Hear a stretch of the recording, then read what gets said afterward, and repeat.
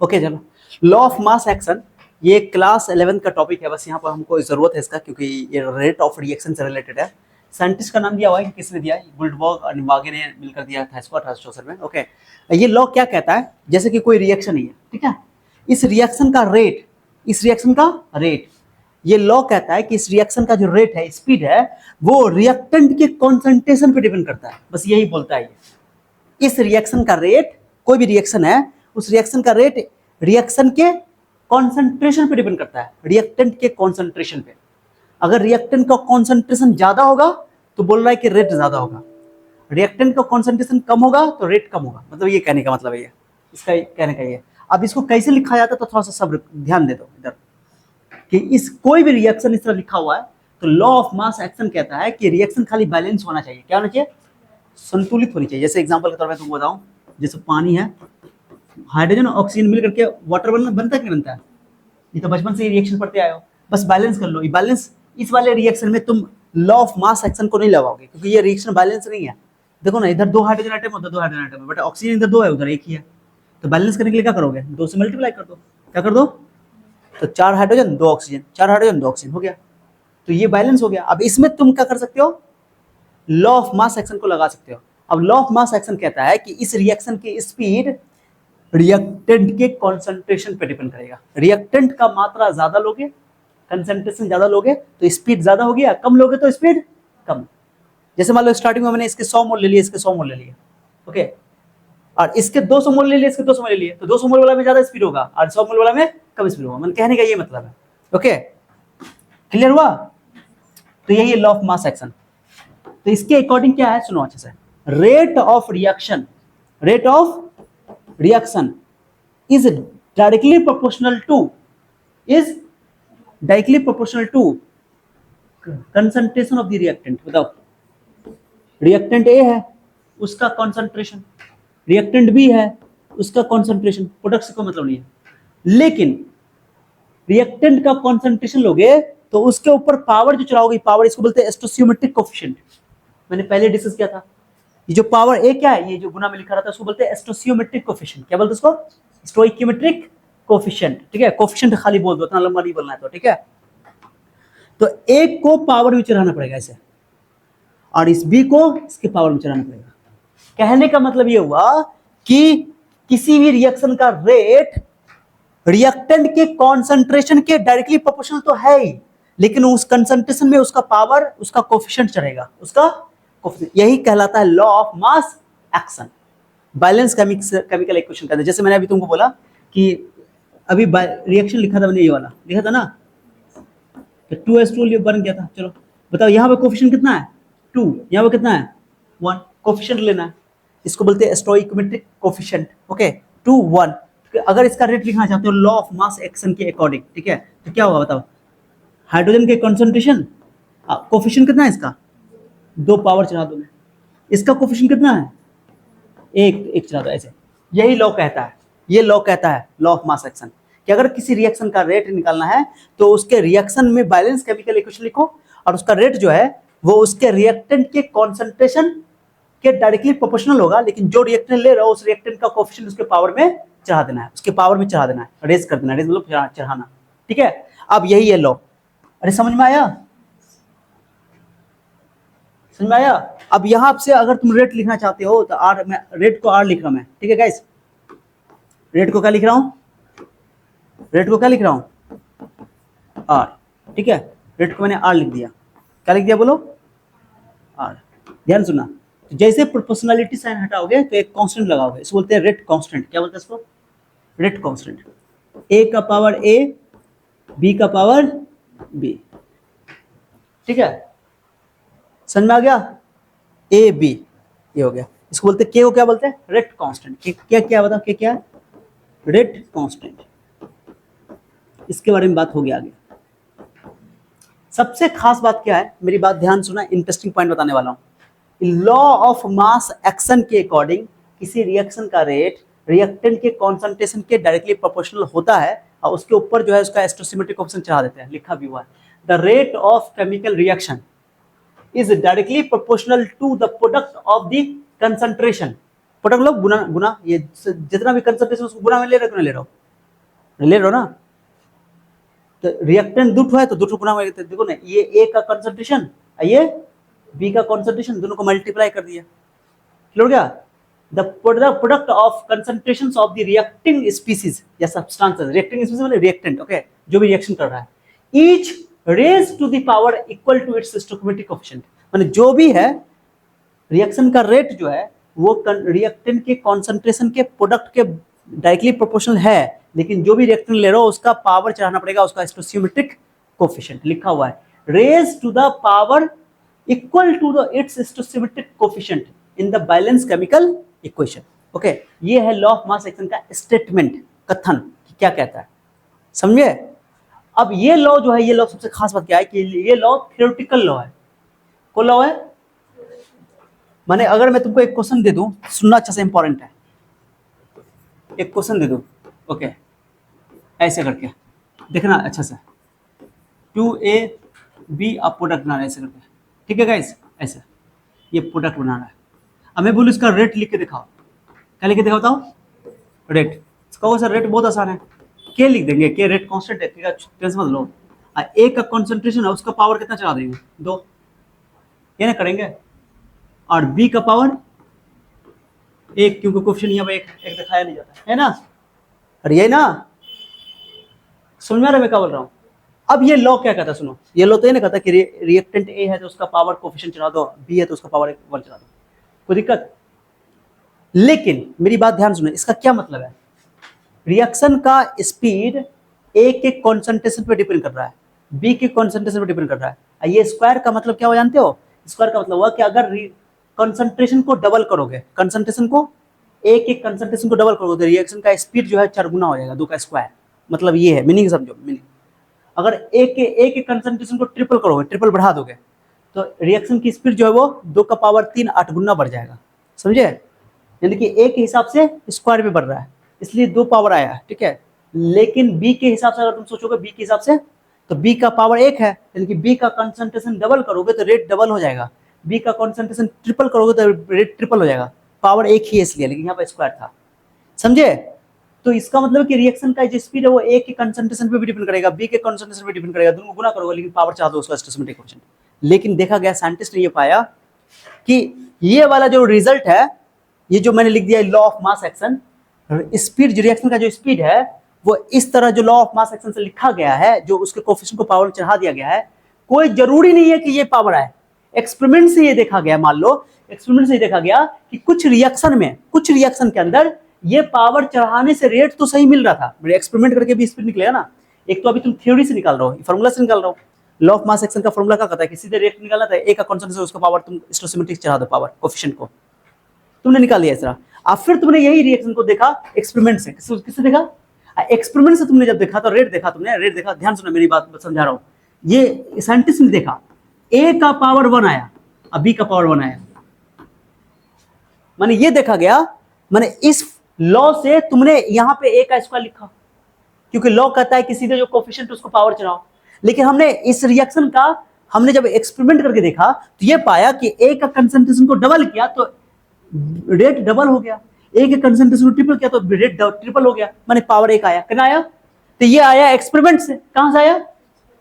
और ये आया थ्योरी से। तो ये बताओ जो लॉ ऑफ मास एक्शन है वो हमेशा सही होगा कि गलत भी हो सकता है? गलत भी हो सकता है, दोनों इसी केस में देखो ना, यहाँ 2 है यहाँ 1 है, तो ये आया एक्सपेरिमेंट से, ये जो हमने लिखा ये कहां से लिखा? एक्सपेरिमेंट से। ये कहां से आया? थ्योरी से। तो ये जो लॉ ऑफ मास एक्शन है थ्योरेटिकल लॉ है। ये बात लॉ ऑफ मास एक्शन किसी रिएक्शन के लिए सही भी हो सकता है और किसी रिएक्शन के लिए सही नहीं भी हो सकता है, ये समझना जरूरी है। मैं क्या बोल रहा हूं, समझ रहा है? क्योंकि law of mass action theoretical law है और वो सीधे कहता है कि जो भी रेट है वो रिएक्टेंट के कॉन्सेंट्रेशन पर डिपेंड करेगा। ये बात एक्सपेरिमेंट से भी साबित होता है कि रिएक्टेंट के कॉन्सेंट्रेशन डिपेंड करता है। लेकिन पावर जो 2 चढ़ा दिया यही गलत है। ये 2 पावर हो कोई जरूरी नहीं है, 2 या 2 से कम होगा, 2 या 2 से हो सकता है 2 पावर हो, 2 से कम हो, 1 भी हो, 1.5 भी हो, 3 भी हो, नेगेटिव भी हो सकता है, पावर नेगेटिव भी हो सकता है। माने ऐसा भी हो सकता है कि रिएक्टेंट को बढ़ाने से, कंसंट्रेशन बढ़ाने से स्पीड घट भी सकता है, ऐसा भी हो सकता है। माने यही इंपॉर्टेंट है, ये जो पावर जो चढ़ा है, नहीं पावर चढ़ा है, तो लॉ ऑफ मास एक्शन सीधे सीधी रिएक्शन को देखा, चढ़ा दिया पावर को। लेकिन एक्चुअल में रेट इस तरह से सही मिले कोई जरूरी नहीं है, वो एक्सपेरिमेंट से मिलेगा। ओके, तो law of mass action theoretical law है। कौन लॉ है जल्दी बोलो? Theoretical law. ये बात मैं समझाने की कोशिश कर रहा हूं। तो ये अब कहोगे सर ये बात सत्य कब होगा कि जो कोफिशिएंट पावर चला दी कब सही होगा? तो ये देखा गया कि नेचर में दो तरह की रिएक्शन होती है। एक रिएक्शन होता है एलिमेंट्री रिएक्शन, जो सिंगल स्टेप में होता है। सिंगल स्टेप में होगा उसको बोलते हैं एलिमेंट्री रिएक्शन। क्या बोलते हैं उसको? अब कुछ रिएक्शन होता है जो कॉम्प्लेक्स रिएक्शन होता है, जो कई स्टेप में होता है। जैसे मान लो तुमको लग रहा है कि ए बी जो है, मैं तुमको बोल रहा हूँ, जैसे मैं बोला कि आर से पी, ओके, ये सिंगल स्टेप रिएक्शन है, एक ही स्टेप में हो गया, तो इसको बोलते हैं सिंगल स्टेप रिएक्शन, या इसको बोलते हैं एलिमेंट्री रिएक्शन, या सिंपल रिएक्शन बोल सकते हो। लेकिन तुमको लग रहा है कि ये ए से बी रिएक्शन है, ओके, लेकिन क्या हुआ, पहले ए से सी बना, क्या बोला बोलो, ए से सी बना, बीच में सी बना, फिर सी टूटा, और सी टूट के फिर डी बनाया, अब फिर डी टूट के फिर से बी बनाया। तो तुम देखो, ये तुमको लग रहा है कि सिंगल स्टेप का रिएक्शन, लेकिन सिंगल स्टेप नहीं हुआ, ये तीन स्टेप में हुआ है। बीच में सी बना है और बीच में डी बना है, इसको बोलते हैं इंटरमीडिएट प्रोडक्ट, माने ये इंटरमीडिएट है, ओके। ये डी भी क्या है? इंटरमीडिएट है। और तुम जब सबको जोड़ोगे तो डी से डी कट जाएगा, सी से सी कट जाएगा, क्या बचेगा था? ए से बी। तो दिखने में लग रहा है कि सिंगल एक ही रिएक्शन लग रहा है, बट ये रिएक्शन कितने स्टेप में हुआ है?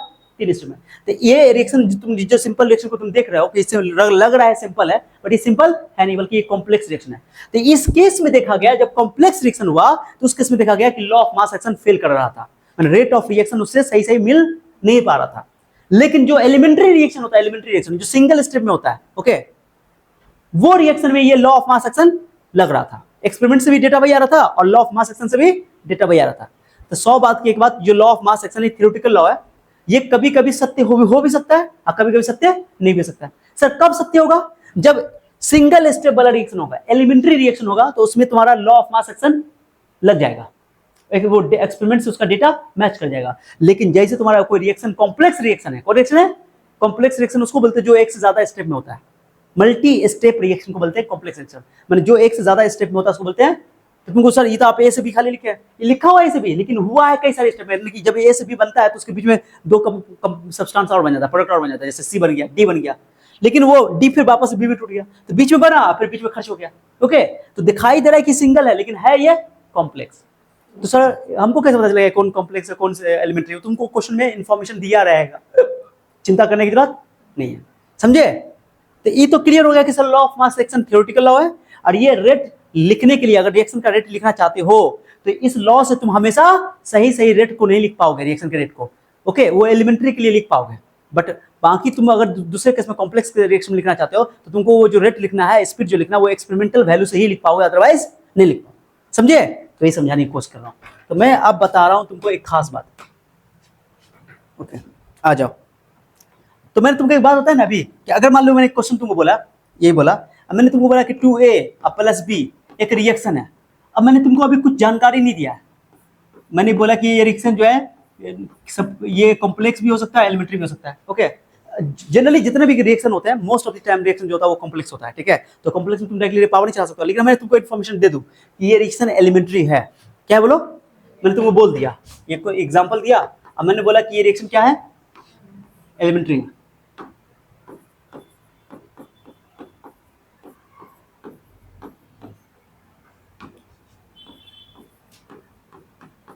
मैंने बोला कि ये रिएक्शन क्या बताओ?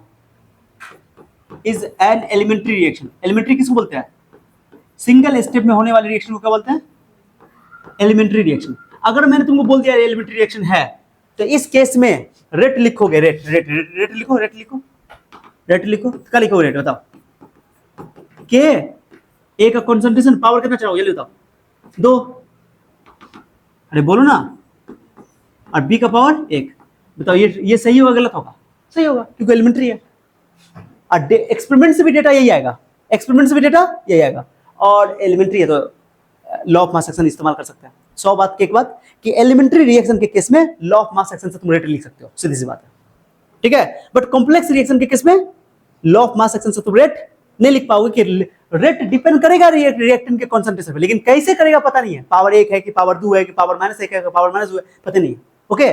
तो एलिमेंट्री के केस में तुम कोफिशिएंट को चढ़ा सकते हो पावर, लेकिन कॉम्प्लेक्स के केस में कोफिशिएंट को पावर नहीं चढ़ा पाओगे, उससे छोटा या बड़ा आएगा, ये कंफर्म है, ठीक है। ये चीज समझ में आना चाहिए, क्लियर हो गया? तो लिखो, पक्का लिखा हो, पहले बताओ क्या होता है लॉ ऑफ मास एक्शन, बताओ। The rate of chemical reaction is directly proportional to the product of the concentration of the reactant, reactant बोलो या रिएक्टिंग स्पीसीज बोलो, ओके, या substances, each raise to the power चढ़ाना है सब reactant पे, equal to its stoichiometric coefficient, ये word याद रहा है, स्टोइकियोमेट्रिक कोफिशिएंट, इसको बोलते हैं stoichiometric coefficient, okay, stoichiometric coefficient, okay, जो ये वैल्यू होता है ना, ये ए बी, ये stoichiometric coefficient, okay, in the balance chemical equation, this is theoretical law, कौन लॉ बोलो, कौन लॉ, और आगे बोला it predicts the rate for elementary reaction only, माने ये उस रिएक्शन, ये किस तरह के रिएक्शन को रेट निकालने में तुमको हेल्प करेगा, जो एलिमेंट्री रिएक्शन के लिए, माने एलिमेंट्री रिएक्शन के केस में तुम इस एक थ्योरी का इस्तेमाल करके रेट लिख सकते हो, कोई दिक्कत नहीं है, लेकिन कॉम्प्लेक्स के केस में फिर तुम रेट नहीं लिख पाओगे। जैसे मैं तुम बोलो एक क्वेश्चन देता हूं, आ जाओ, मैं एग्जांपल दे दूं, अब मैं बोलूं कि कोई रिएक्शन है ये 2A + 3B, अब मैं बोलूं कि चलो ये मैंने खाली प्रोडक्ट लिया, अब मैंने तुमको बताया नहीं कि ये एलिमेंट्री है कि कॉम्प्लेक्स है, अब मैंने जब तुमको एलिमेंट्री और कॉम्प्लेक्स नहीं बोला है तो गारंटी कि कॉम्प्लेक्स ही होगा, क्योंकि मोस्ट ऑफ द जो रिएक्शन होता है वो क्या होता है, कॉम्प्लेक्स। फिर भी मैं तुमको यहाँ पर लिख देता हूँ, मैं लिख देता हूँ कि ये एक तरह का कॉम्प्लेक्स रिएक्शन है, क्या बताओ क्या है, क्या होता है कॉम्प्लेक्स रिएक्शन, जल्दी बताओ, जो एक से ज्यादा स्टेप में होता है, मल्टी स्टेप रिएक्शन को बोलते हैं, ठीक है, कॉम्प्लेक्स रिएक्शन, ठीक है, ये मैंने बोल दिया। अब ये कॉम्प्लेक्स रिएक्शन है, तुम अगर रेट लिखा, मैं तुमको बोलूं रेट लिख के दिखाओ, तो तुम क्या लिखोगे, रेट क्या लिखोगे सर, के, ए का कॉन्सेंट्रेशन तो लिखवे करोगे, अब बी का कॉन्सेंट्रेशन लिखवे करोगे, लेकिन क्या तुम इसके पावर 2 लिख दोगे, 3 लिख दोगे, ये क्या हो जाएगा, रॉन्ग, क्या हो जाएगा जल्दी बताओ, रॉन्ग, ये रॉन्ग हो गया, रॉन्ग, क्योंकि तुमने लॉ ऑफ मास एक्शन लगा दिया, law of mass action complex reaction के केस में तुम लागू नहीं कर सकते हो, मैच नहीं करेगा, तो सर क्या होगा, तो होगा सही रेट होगा ये देखो, ये रेट क्या होगा सर, के, और ए का पावर कुछ होगा, नहीं पता क्या है, लेकिन 2 से कम होगा, 2 से कम होगा, गारंटी है, 2 से कम, क्या सर 2 से कम क्या, 1 हो सकता है, 1.5 हो सकता है, 1.4 हो सकता है, -1 हो सकता है, 0.5 हो सकता है, 0 भी हो सकता है, अरे समझ रहे मैं क्या बोल रहा हूं, तो यानी कि यहां पर पावर x लिख देता हूं, पावर x, और यहां लिख देता हूं b का पावर, जल्दी बोलो, b का पावर y, लेकिन ये कंफर्म है सर, ये जो x है 2 से छोटा होगा, जल्दी बोलो, x का मान 2 से छोटा होगा, y का मान 3 से छोटा होगा, ये तो कंफर्म है, दो तो नहीं होगा, 2 हो जाएगा तो फिर तो ये लॉ ऑफ मास एक्शन लागू हो जाएगा, जबकि लॉ ऑफ मास एक्शन यहाँ लागू होगा नहीं करेगा, कुछ समझे, ये एक्सपेरिमेंटल वैल्यू से आता है, सर ये एक्स वाई कैसे निकलेगा कहां से सर, तो तुमको एक्सपेरिमेंटल वैल्यू दिया रहेगा, डेटा दिया रहेगा, और डेटा को देखकर हम लोग निकाल लेंगे, कैसे निकालेंगे बताएंगे वो, ओके, अरे समझे, तो पहले बताओ, law of mass action theoretical law है, ये इसका सबसे बड़ा यूज क्या है sir, law of mass action का इस्तेमाल करके हम किसी रिएक्शन का rate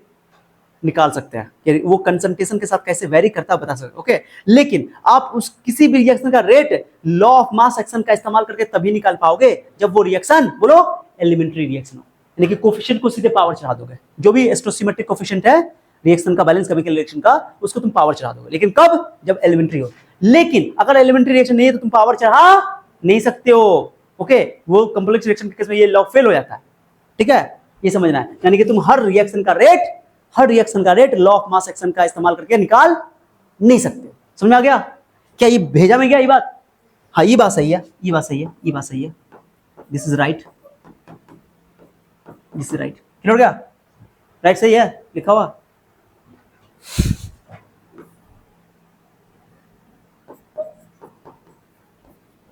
this is right, okay, ये सही है, देखो क्लियर हो गया, एक्स वाई लिख दिए सर, एक्स क्या, सम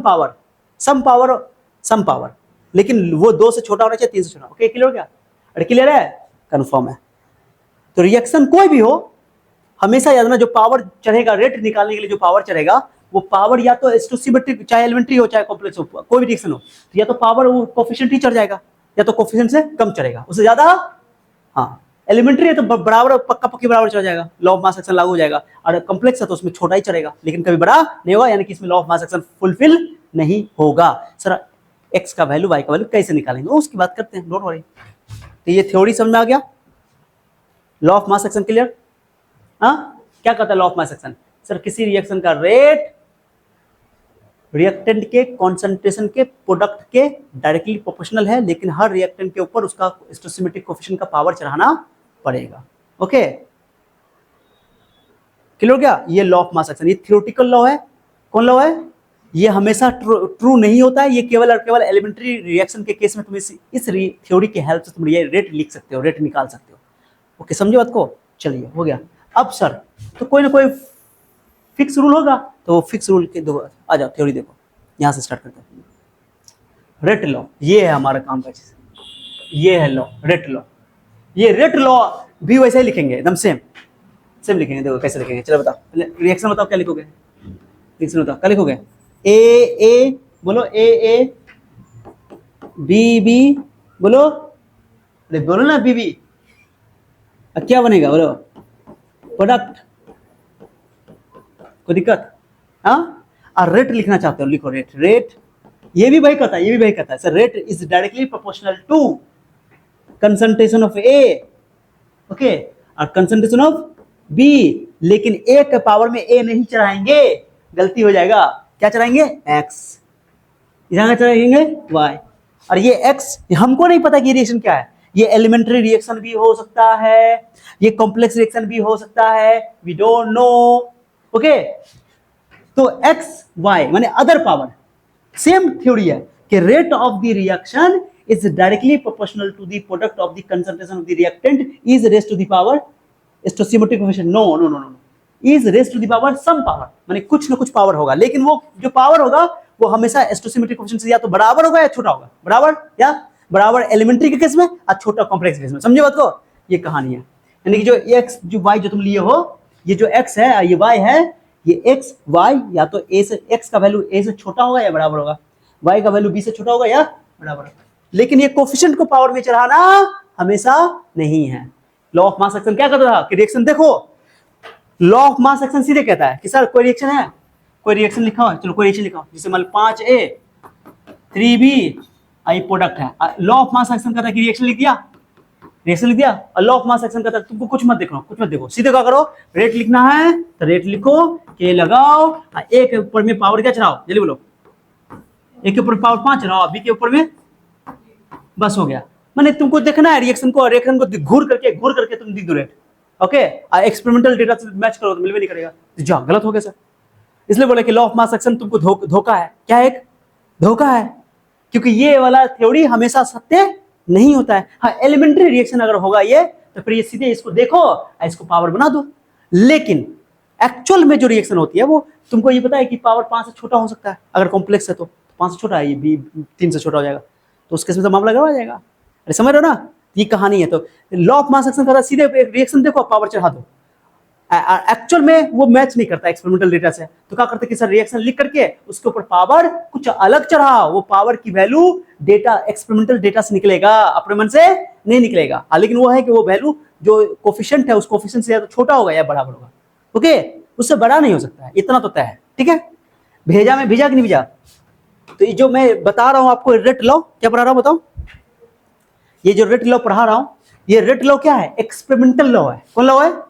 इसको पढ़ो, statement, the rate of chemical reaction is directly proportional to the concentration of the reactant. लिखा हुआ है concentration of the reactant, each raise to the power, यहां पे स्टोइचियोमेट्रिक कोएफिशिएंट पावर नहीं चढ़ाओगे, which may or may not be the same as the stoichiometric coefficient. जो power चढ़ाओगे वो stoichiometric coefficient के बराबर हो भी सकता है और बराबर नहीं भी हो सकता है, समझिए। एंड इज डिटरमिन्ड एक्सपेरिमेंटली, और जो पावर होगा वो वैल्यू एक्सपेरिमेंटली निकाला जाएगा, अपने मन से रिएक्शन को देख करके नहीं निकलेगा। लेकिन घूरे देख लिए, ओ जैसा हम लोग का आदत होता है, कोई इंसान को देख लिए, चेहरा देख लिए, यार ये तो बेकार आदमी हो, पहले देख करके इसको बोलते जजमेंटल होना, ओके। कहते हैं डोंट जज a book by its cover, वही है कि देखे इंसान को, अरे यार ये घटिया ही आदमी होगा, पहले देख करके चेहरा देखने में लग रहा है काला आदमी है, अरे तुम बेकार आदमी हो। कोई एकदम सुंदर आदमी होगा, एकदम हीरो, एकदम फिट फाट होगा देखने में, एकदम चश्मा गोगल लगाए रहा है, बड़कर मोबाइल रखे रहेगा, कान में बड़कर बाल रखे रहेगा, हीरो, अब बुलेट चलाएगा, तो लगे अरे यार ये तो गजब लड़का है क्यों, और देख करके गजब इंसान है, मतलब कि जजमेंटल है, वही है। तो यहाँ वही है, जो तुम्हारा लॉ ऑफ मास एक्शन है धोखा है ठीक है, बट एक्चुअल कौन है? रेट लॉ, ये एक्सपेरिमेंटल लॉ है। तो जो पावर तुम चढ़ाओगे वो पावर एक्सपेरिमेंटली निकाला जाएगा, एक्सपेरिमेंटल वेरीफाई किया जाएगा, निकाला जाएगा, वो अपने मन से निकाल नहीं सकते हो, ठीक है, मैंने रिएक्शन को देख करके, जस्ट रिएक्शन को देख करके तो लिखा हुआ है। तो स्टेटमेंट समझ में आया? ये तुम्हारे एग्जाम में क्वेश्चन आएगा कि रेट लॉ क्या होता है, एक्सप्लेन रेट लॉ, तो ये सीधे सीधे याद रखना। स्टेटमेंट एकदम पावरफुल स्टेटमेंट लिखा हुआ है, इसमें कोई भी चीज चेंज नहीं करना है। एक एक शब्द का मतलब है कि the rate of chemical reaction is directly proportional to the concentration of the reactants each raise to the power which may or may not be equal to the same as stoichiometric coefficient and is determined experimentally। जो power होगा वो power कहां से निकाला जाएगा? Experimentally निकाला जाएगा। तो ये एक लॉ कौन लॉ हो गया? ये थ्योरेटिकल लॉ है कि एक्सपेरिमेंटल लॉ है? थ्योरेटिकल लॉ है कि एक्सपेरिमेंटल लॉ है? एक्सपेरिमेंटल लॉ है, क्योंकि ये एक्सपेरिमेंट से ही तुम लिख पाओगे एक्स पावर जो लिखोगे। ओके, तो इसलिए मैंने लिखा यहाँ पर। क्या भैया में भिजा? अरे भिजा। रेट आर को यहां से कोफिशिएंट आओ, के लगाओ, ए का पावर एक्स, बी का पावर वाई। ये के क्या है? के क्या है बताओ? के क्या है? के को कहेंगे रेट कांस्टेंट। क्या बोलेंगे? इसको वेलोसिटी कांस्टेंट भी बोलते हैं, रेट कांस्टेंट भी बोलते हैं, या इसको स्पेसिफिक रेट कांस्टेंट भी बोलते हैं, स्पेसिफिक रिएक्शन रेट। ओके, बात करेंगे के बारे में। के बारे में चिंता नहीं करो। इतना समझ में आ गया? अरे आया, अब आगे पढ़ो। This is an experimental law. कौन लॉ है ये? Rate law. अगर तुमको बोले लॉ ऑफ मास सेक्शन में और इसमें रेट लॉ में अंतर बताओ, क्या बताओ? तो पहले लॉ ऑफ मास सेक्शन में सीधे स्टोइचियोमेट्रिक कोएफिशिएंट को पावर में चढ़ा देते हैं, इसमें कुछ पावर या तो उसके बराबर या उससे कम चलेगा, जो कि एक्सपेरिमेंटली डिटरमिन्ड होगा। वो rate law of mass section theoretical law है, आइए एक्सपेरिमेंटल लॉ है भैया। क्लियर हो गया? चलो हाँ, law of mass section is valid always for elementary reaction, but this law is valid for all reaction. ये कॉम्प्लेक्स रिएक्शन के लिए भी वैलिड है और एलिमेंट्री के लिए भी वैलिड है। ठीक है, 3 ठो तो ऐसे होगा खुल्लम खुल्ला, एग्जाम में पूछा हुआ है। ठीक है, रेट लॉ देखो क्या लिखा हुआ है, rate law is always determined experimentally. माने जो रेट लॉ लिखोगे तुम, कहां से ये एक्स वाई का वैल्यू कहां से निकलेगा? एक्सपेरिमेंटल डेटा से। So rate law is always determined experimentally. याद आएगा कि रेट लॉ का निर्धारण एक्सपेरिमेंटली किया जाएगा, प्रयोग द्वारा किया जाएगा, प्रायोगिक वैल्यू को देख करके किया जाएगा। ठीक है, rate law is not directly written from the balance chemical equation. हाँ, रिएक्शन को सिर्फ घूर करके आप रेट लॉ नहीं लिख सकते हो डायरेक्टली। ओके, हाँ एलिमेंट्री के केस में लिख सकते हो क्योंकि एलिमेंट्री के केस में इत्तेफाक से लॉ ऑफ मास एक्शन और रेट लॉ दोनों बोलो कोइंसाइड कर जाता है, दोनों सत्य हो जाता है। समझे? तो लिखा भी हुआ है कि rate law is not directly written from the balance chemical equation except for the elementary reaction. Elementary reaction में लिख सकते हैं, बट बाकी और केस में आप नहीं लिख पाओगे। अरे समझे? तो रेट लॉ समझ में आया? पहले बताओ, आया आया आया? बस यही कहानी है। अभी बताते हैं कैसे इसका रेट लॉ इस्तेमाल करेंगे। ओके, के क्या बताओ यहाँ पे? वेयर रेट कांस्टेंट, वेयर के इज रेट कांस्टेंट। क्लियर हो गया? अब देखो इधर ध्यान से, ये बताओ अभी जो लिखे हो तुम, क्या लिखो रिएक्शन के लिए? यहाँ पे मैं दोबारा लिख रहा हूँ। एग्जाम में अगर पूछेगा कि रेट लॉ क्या है तो ये रेट लॉ लिखना है। ठीक है, सारी बात इसमें समझा दिया है। एक्सपेरिमेंटल लॉ है। ओके, ये हमेशा ट्रू होगा, किसी भी रिएक्शन के लिए ट्रू होगा। तो कोई रिएक्शन है ए बी बी, क्या बनाएगी बताओ? प्रोडक्ट। जो रेट लॉ लिखेंगे, जैसे देखो रेट का लिखो, बताओ रेट इज इक्वल टू, बोलने रहेगा, रेट इज इक्वल टू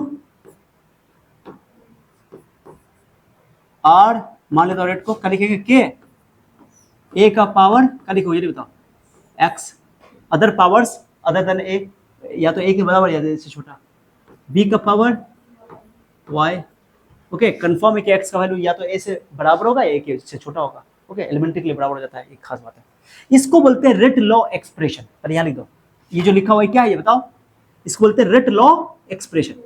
मानी जो लिखा हुआ दिख रहे हो, जो लिखा हुआ है is called rate law expression. क्या लिखते हैं इसको? बोले लो, नहीं बोल रही हो? इसको क्या बोलते हैं? It's called rate law expression. क्या है ये बोलो? Rate law expression. मानी जो लिखोगे इसको बोलते हैं रेट लॉ एक्सप्रेशन। ये जो लिखा हुआ दिख रहा है डब्बा में, मैं इसको डब्बा में पैक कर देता हूँ। ये क्या लिखा हुआ है जल्दी बताओ? ये क्या लिखा हुआ है? ये जो लिखा हुआ है क्या लिखा हुआ है?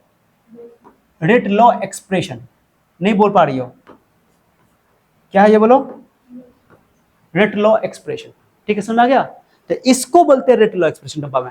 ओके, और ये रेट लॉ एक्सप्रेशन डायरेक्टली आप एक क्वेश्चन को देख करके, बैलेंस केमिकल क्वेश्चन को देख करके आप नहीं लिख पाओगे। उसके लिए आपको एक्सपेरिमेंटल लिखना चाहिए। ये और भी रिएक्टेंट को देख कर लिख लोगे, लेकिन कोएफिशिएंट पावर नहीं चढ़ाना है सीधे। ठीक है, वो आएगा एक्सपेरिमेंटल से। उसके बाद सर एक्स को क्या बोलते हैं? एक्स को तो बोला जाएगा, ये तो गारंटी कि एक्स जो है, एक्स का वैल्यू जो है वो ए से छोटा होगा और वाई की वैल्यू बी से छोटा या बराबर, एलिमेंट्री के केस में बराबर हो जाएगा और कॉम्प्लेक्स में छोटा हो जाएगा। ओके, कॉम्प्लेक्स रिएक्शन के केस में क्लियर हो गया। हाँ, तो x है क्या सर, ये x है क्या, इसको यहां पर लिख देता हूं, इसको नीचे लिख देते हैं। x है क्या सर, इसको नीचे लिख देंगे। वेयर, बोलो वेयर, वेयर जहां जहां x क्या है, बताओ x क्या है, ऑर्डर है। x को बोलते हैं ऑर्डर, क्या बोलते हैं बोलो, ऑर्डर विथ रिस्पेक्ट टू ए। बोलो क्या बोलोगे, ऑर्डर विथ रिस्पेक्ट टू ए, बोल नहीं रहे हो, ऑर्डर विथ रिस्पेक्ट टू ए, ठीक है। माने x को बोलते हैं ऑर्डर, ऑर्डर है ए के रिस्पेक्ट में, क्या है बताओ। अब y क्या है, y क्या है बताओ, y क्या है, y सर ऑर्डर है, खुद से बोलो, order with respect to B. Okay, clear हो गया। और उसके बाद ये बात कौन बात बोलो, ये बात लो कि जो x की वैल्यू होगी वो a से छोटी या बराबर होगी, y की वैल्यू b से छोटी या बराबर होगी, जो भी स्टोक्स सिमेट्रिक कोएफिशिएंट उससे छोटी या बराबर होगी। एलिमेंट्री केस में बराबर हो जाती है, बस ये केस है। क्लियर क्या, अरे बोलो ना, एलिमेंट्री केस में बराबर हो जाती है, अरे क्लियर। लेकिन अब आप सुनिए यहाँ, एंड जब भी रेट लॉ लिखा रहेगा तो दोनों को जोड़ दोगे, पावर को जोड़ दोगे x प्लस वाई, इसको n से लिखा जाता है, किस लिखा जाता है, n से। दोनों को जोड़ दो तो कुछ ना कुछ आंसर आएगा ना, तो x प्लस, ध्यान सुनो इधर, ओके, उसको बोलते हैं ऑर्डर ऑफ रिएक्शन। क्या बोलते हैं उसको, order of reaction, order of reaction. किसको बोलते हैं order of reaction sir, x plus y को। इसको रिप्रेजेंट किया जाता है किससे बताओ, n से, ये वैल्यू, यानी जो भी x और y आएगा रेट लॉ एक्सप्रेशन में, जो भी पावर होगा उस पावर को जोड़ दोगे, जो भी जोड़ के आएगा उसको बोलते हैं ऑर्डर ऑफ रिएक्शन। रिएक्शन की ऑर्डर, रिएक्शन की, और ये रिएक्शन की जो ऑर्डर है ये x और y के पावर का सम है। x और y के पावर का सम नहीं बोलो, x और y खुद पावर है ना, तो x और y का जोड़ है, सम है, योग है, ठीक है। इसको बोलते हैं ऑर्डर ऑफ रिएक्शन, समझे। ये बहुत इंपॉर्टेंट टर्म है, बहुत इंपॉर्टेंट टर्म है इस चैप्टर में, ऑर्डर, रिएक्शन का ऑर्डर कैसे निकलेगा, मैं एग्जांपल देता हूं, चलो जब तक एग्जांपल नहीं देगा तो काम कैसे चलेगा। मैं तुमको, मुझे नहीं पता कि रिएक्शन क्या है, मैं कुछ हम तुमको रेट लॉ एक्सप्रेशन लिख के दे रहा हूं, ठीक है। एग्जांपल के तौर पर जैसे मैं तुमको बोलूं कि सर रेट बराबर दे दिया मैंने तुमको, लो a का पावर 3/2, ओके, क्या दिया बताओ, बोलने रही हो, a का पावर क्या लेता हूं 3/2, मैं एग्जांपल दे रहा हूं। अब b का पावर दे रहा हूं मैं तुमको 1/2, ठीक है। मैं बोलूं कि इसका ऑर्डर बताओ, क्या बताओ, ऑर्डर बताओ। ये क्वेश्चन मैंने तुमको तुम्हारे सामने एग्जाम में अक्सर पूछा जाता है, अक्सर, ओके, बहुत सारे एग्जाम में पूछा जाता है। ऑर्डर बताओ क्या होगा सर, ऑर्डर निकालना था, ऑर्डर क्या बोल रहे हैं सर, इस रिएक्शन का ऑर्डर बताना है तो क्या करना है सर, ऑर्डर लिखने के लिए दोनों पावर को जोड़ देंगे, a की पावर को b की पावर को, ना 3/2 1/2, एल्सियम बोलो 2 4, कितना आंसर आ गया 2। देखिए इस रिएक्शन का ऑर्डर कितना हुआ 2। अगर बोले कि a के रिस्पेक्ट में बताओ ऑर्डर कितना है तो बोलोगे 3/2, b के रिस्पेक्ट में बताओ ऑर्डर कितना है तो 1/2, बोलेंगे रिएक्शन का ऑर्डर बताओ क्या बताओगे 2। ये क्या लिखा हुआ, ये क्या लिखा हुआ, ये क्या है, ये रेट लॉ एक्सप्रेशन है। ये रेट लॉ एक्सप्रेशन कहाँ लिखा हुआ है तुमको क्वेश्चन में, कहीं से पावर कहाँ से चला गया हुआ, एक्सपेरिमेंटल डेटा से चढ़ा दिया गया हुआ, मैटर नहीं हमको, उसको प्रॉब्लम नहीं है। हमको रेट लॉ एक्सप्रेशन लिख के दे दिया तो ऑर्डर लिख देंगे। क्या समझ आ रहा है, अरे आ रहा है, आ रहा है। अब देखो एक और एग्जांपल, चलो एक और रेट लिख के दिखाता हूँ, के a का पावर 1 b का पावर -1। चलो ऑर्डर बताओ, ऑर्डर बताओ, ऑर्डर बताओ, ऑर्डर बताओ, चलो तो ऑर्डर क्या होगा बोलो, +1, अरे कितना है -1, तो कितना हो जाएगा आंसर 0। इस ऑर्डर को ऑर्डर कितना हो गया, तो इस रिएक्शन का ऑर्डर कितना हो गया 0 ऑर्डर। इस माने कि जो भी रिएक्शन के लिए ये रेट लॉ लिखा गया है उस रिएक्शन को बोलेंगे ये 0 ऑर्डर का रिएक्शन, क्यों, इसका ऑर्डर 0 है, ओके। अरे समझे, अभी 0 का क्या मतलब समझते हो, 0 का क्या मतलब है, ये तो ऑर्डर प्लस भी हो सकता है और माइनस भी हो सकता है। ये 1 का मतलब समझे कि a का कॉन्सेंट्रेशन बढ़ाओगे तो रेट बढ़ेगा, अगर a के कॉन्सेंट्रेशन को तुम डबल करोगे तो रेट डबल हो जाएगा। और माइनस का मतलब है इनवर्सली प्रोपोर्शनल, इनवर्सली, ओके, यानी कि तुम b का कॉन्सेंट्रेशन बढ़ाओगे तो रेट घट जाएगा। ओ माय गॉड, समझ रहे हो। अरे एक तुम लोग बायोलॉजी में बायोमोलिक्यूल अंदर एक टॉपिक पढ़ते हैं इनहिबिटर, बायोमोलिक्यूल के अंदर इनहिबिटर रिएक्शन, एक तरह का तुम सब कह सकते हो कि वो पॉइजन है, रिएक्शन के स्पीड को घटा देता है, जितना उसका अमाउंट डालोगे वो स्पीड को क्या करेगा, घटा देगा। पॉइजन इनहिबिटर, जैसे मान लो ना कि जैसे कि ये लैला मजनू है, दोनों बहुत प्यार कर रहा है, दोनों प्यार कर रहा है और उसके पापा आ गए वहां पे, तो इन्वर्टर का काम कर रहा है। ऐसा भाई आ गया, भाई तो बड़का इन्वर्टर है मान लो कि जिसके घर में एक भाई होगा तो उसका प्यार करना थोड़ा सा ज्यादा दिक्कत नहीं होगा, वो कर सकता है, लेकिन जिसका भाई 2 भाई होगा, 3 भाई होगा, 4 भाई होगा तो और मुश्किल है, तो उसके लिए तो और इन्वर्टर है, वही है इन्वर्टर का काम कर रहा है। तो माइनस का मतलब ये हुआ कि जितना ज्यादा इसका अमाउंट लोगे वो स्पीड को क्या करेगा, घटा देगा, अब प्लस का मतलब बढ़ा देगा। तो देखो ये बढ़ाएगा, ये घटाएगा, न बढ़ेगा न घटेगा, जीरो हो जाएगा। समझिए बात को, यानी कि रिएक्शन का स्पीड ओवरऑल जीरो ऑर्डर ना आया, कितना ऑर्डर आया, जीरो ऑर्डर का मतलब कि रिएक्शन का स्पीड ना बढ़ेगा ना घटेगा, कितना तुम ए और बी डाल दो, मैंने रिएक्शन की स्पीड ही नहीं बढ़ेगी, यानी जीरो ऑर्डर का कंसंट्रेशन पर डिपेंड नहीं करेगा, कहने का यही मतलब है समझे। ऐसा भी हो सकता है कि तुम ए और बी का कितना अमाउंट डाल दोगे, तो ए डालोगे तो बढ़ाएगा, अब बी बढ़ाओगे तो घटेगा, तो ऑब्वियसली कि दोनों मिल करके ना बढ़ेगा ना घटेगा, स्पीड सेम हो जाएगा, तो इसको बोलते हैं जीरो ऑर्डर का रिएक्शन। और ये तो 2 ऑर्डर का रिएक्शन है ना, 2 ऑर्डर का मतलब हुआ कि 2 ऑर्डर का, यानी कि अच्छा खासा स्पीड बढ़ेगा, प्लस में आया है ना, स्पीड बढ़ेगा। समझिए बात को, ये 2 ऑर्डर का रिएक्शन है। कुछ समझ आया? तो ऑर्डर क्या होता है, बताओ ऑर्डर क्या है, कोई पूछा ऑर्डर क्या है तो बोलो सर रेट लॉ एक्सप्रेशन में जो भी रिएक्टेंट का पावर है उसका सम लेंगे, उसको बोलेंगे ऑर्डर, समझे।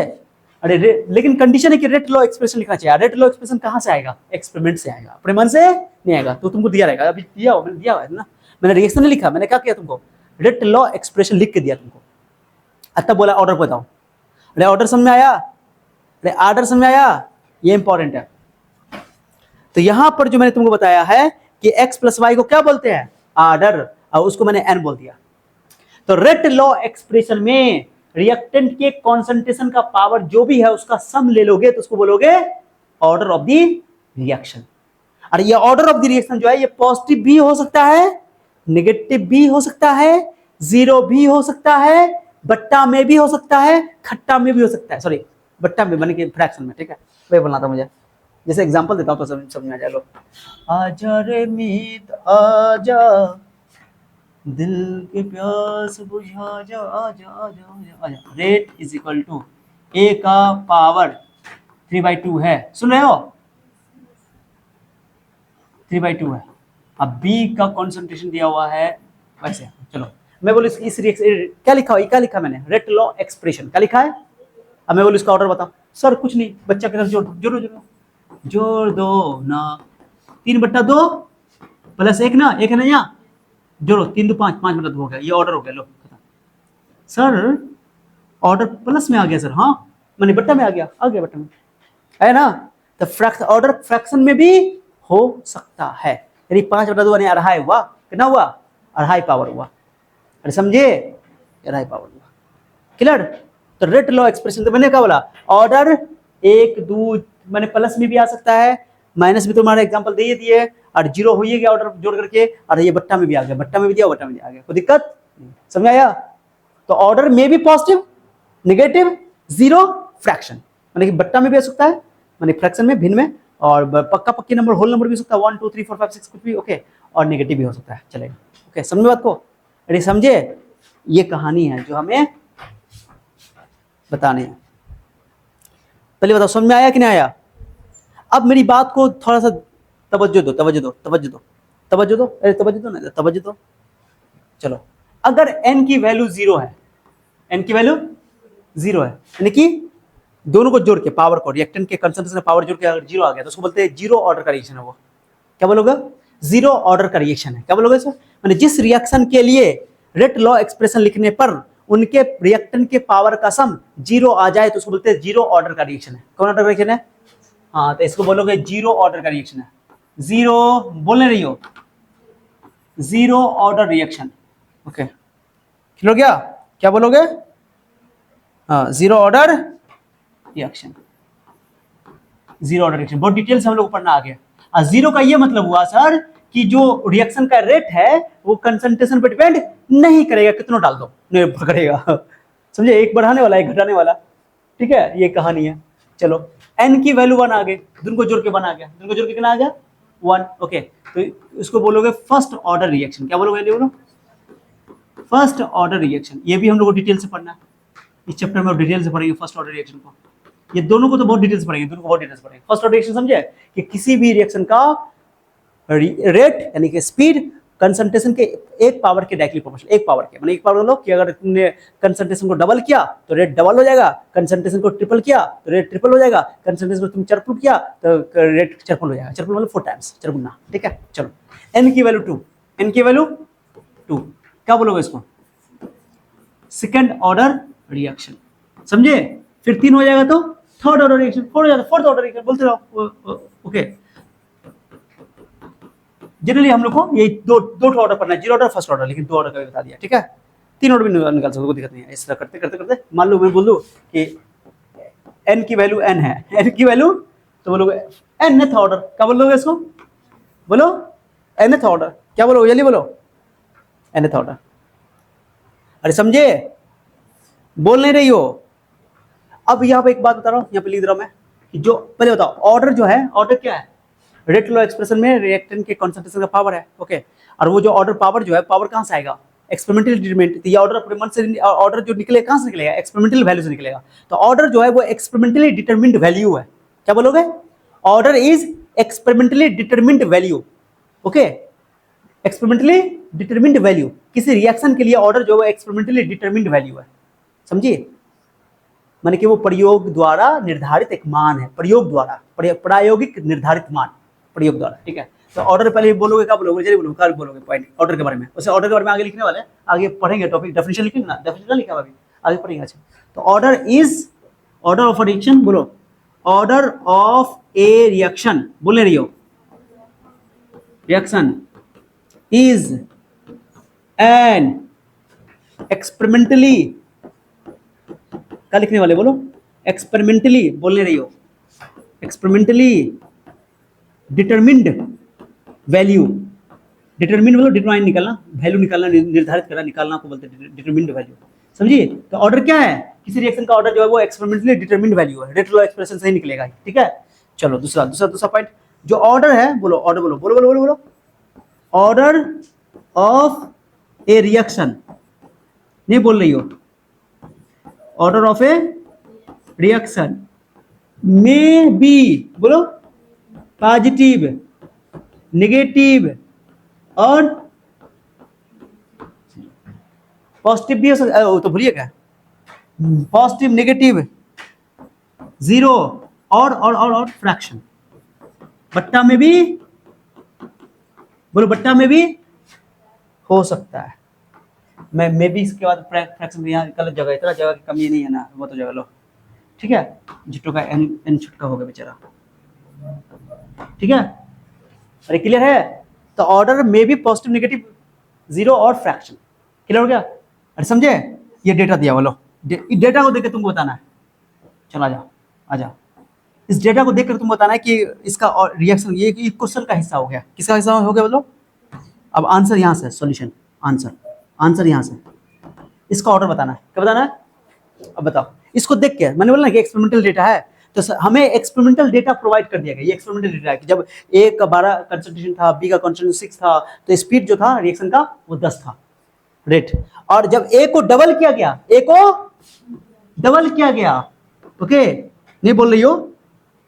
ओके, और तो दो वर्ष है, बी चेंज नहीं हुआ, तो तुमने जब ए को डबल किया तो बी को चेंज नहीं किया, लेकिन आर जो है, रेट जो है वो 40 हो गया, 4 गुना बढ़ गया, कितना गुना बढ़ गया? ठीक है, अरे समझी? और अब उसके बाद देखो, अब बताओ, ए चेंज नहीं हुआ, बट बी चेंज हो गया, बी डबल हो गया, बी डबल हुआ तो रेट भी डबल हो गया। अब तुमको बताना क्या होगा, देखते हैं। सबसे पहले लिखो रेट, हमको ऑर्डर लिखना ना, क्या लिखना है? ऑर्डर लिखने के लिए पहले लिखोगे रेट लॉ एक्सप्रेशन। क्या लिखोगे? लिखो, कैसे लिखोगे? चलो लिखो, क्या लिखोगे? रेट बराबर, क्या लिखो? क्या लिखे? बोलने रही हो के, ए के पावर बताओ, ए का पावर कितना लिखो? बताओ, दो थप्पड़ मारेंगे, अभी समझा क्या है ये चीज, वही गलती कर रही हो। 3 कैसे कर देंगे? एलिमेंट्री रिएक्शन के 3 कर दोगे? नहीं, हमको नहीं पता कि एलिमेंट्री कॉम्प्लेक्स है, हम बोला नहीं पता है, हम तुम बोल भी नहीं किया।